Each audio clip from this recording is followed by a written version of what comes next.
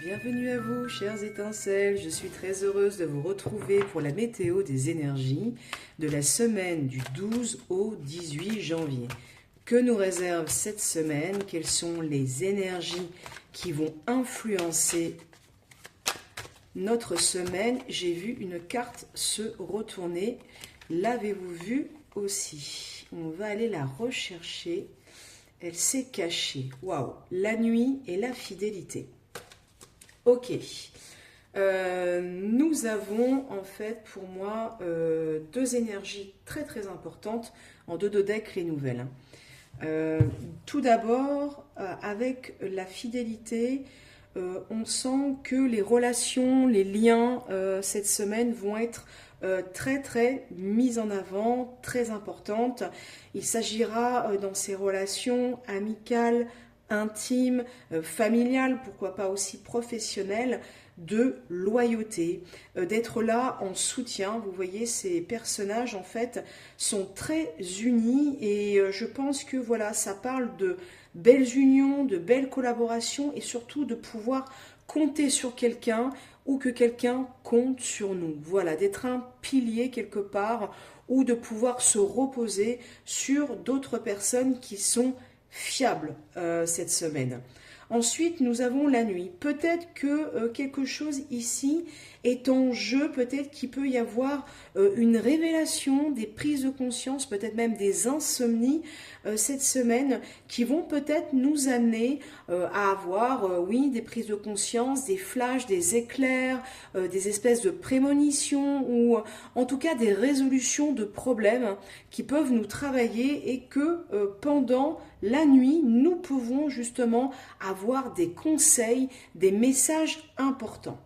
Je vais tirer les cartes du tarot pour voir si ces messages sont développés avec le tarot. Hop! Nous avons donc le 2 d'épée, voilà, et le 9 de coupe. Pour moi, ce 2 d'épée est en résonance, voyez-vous, avec la nuit. Parce qu'il y a comme quelque chose qui est caché et qui a besoin d'être révélé cette semaine. À vous de voir comment ça résonne ou comment ça va résonner sur cette semaine du 12 au 18 janvier. Le 2 d'épée, c'est généralement quelque chose que l'on sait déjà, que l'on sent, que l'on pressent, dont on a l'intuition. Néanmoins, on ne veut pas voir. Comme ce personnage, on a un bandeau sur les yeux et on hésite à faire un choix, à prendre une décision. C'est parfois un peu la carte du déni, du refoulement. Donc peut-être nous interroger cette semaine sur ce qu'on ne veut pas voir, ce qu'il serait bien en fait de conscientiser, comme je vous le disais avec la carte de la nuit, justement pour nous aider à prendre de bonnes décisions, à faire des choix éclairés. Avec le 9 de coupe, souvent vous voyez avec cette lanterne d'Aladin, il y a une phrase qui est associée à cette carte qui est « Faites un vœu ». Et là, vraiment, c'est la carte de la félicité. C'est la carte où, en fait, c'est un immense bonheur, en fait, qui est là annoncé. C'est une énergie très, très joyeuse, très positive, très optimiste. C'est vraiment une carte de vœux et de bonheur. Ensuite, avec l'oracle des mémoires akashiques, quel est le point, l'émotion, l'énergie sur laquelle nous sommes invités à travailler?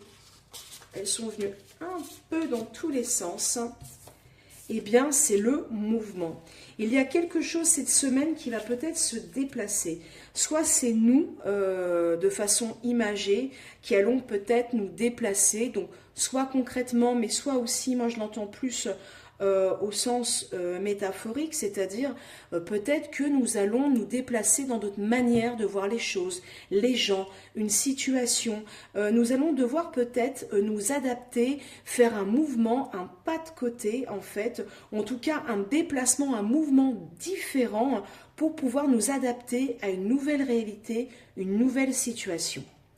Avec l'oracle G, de façon un peu plus prédictive, nous allons voir que nous réserve cette semaine, et il y en a deux qui viennent. Déjà, l'accent est mis sur le foyer.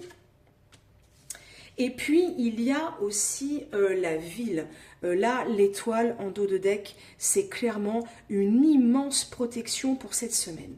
Je pense que la semaine du 12 au 18 janvier nous parle beaucoup donc de liens humains, de relations qui vont être très soutenantes.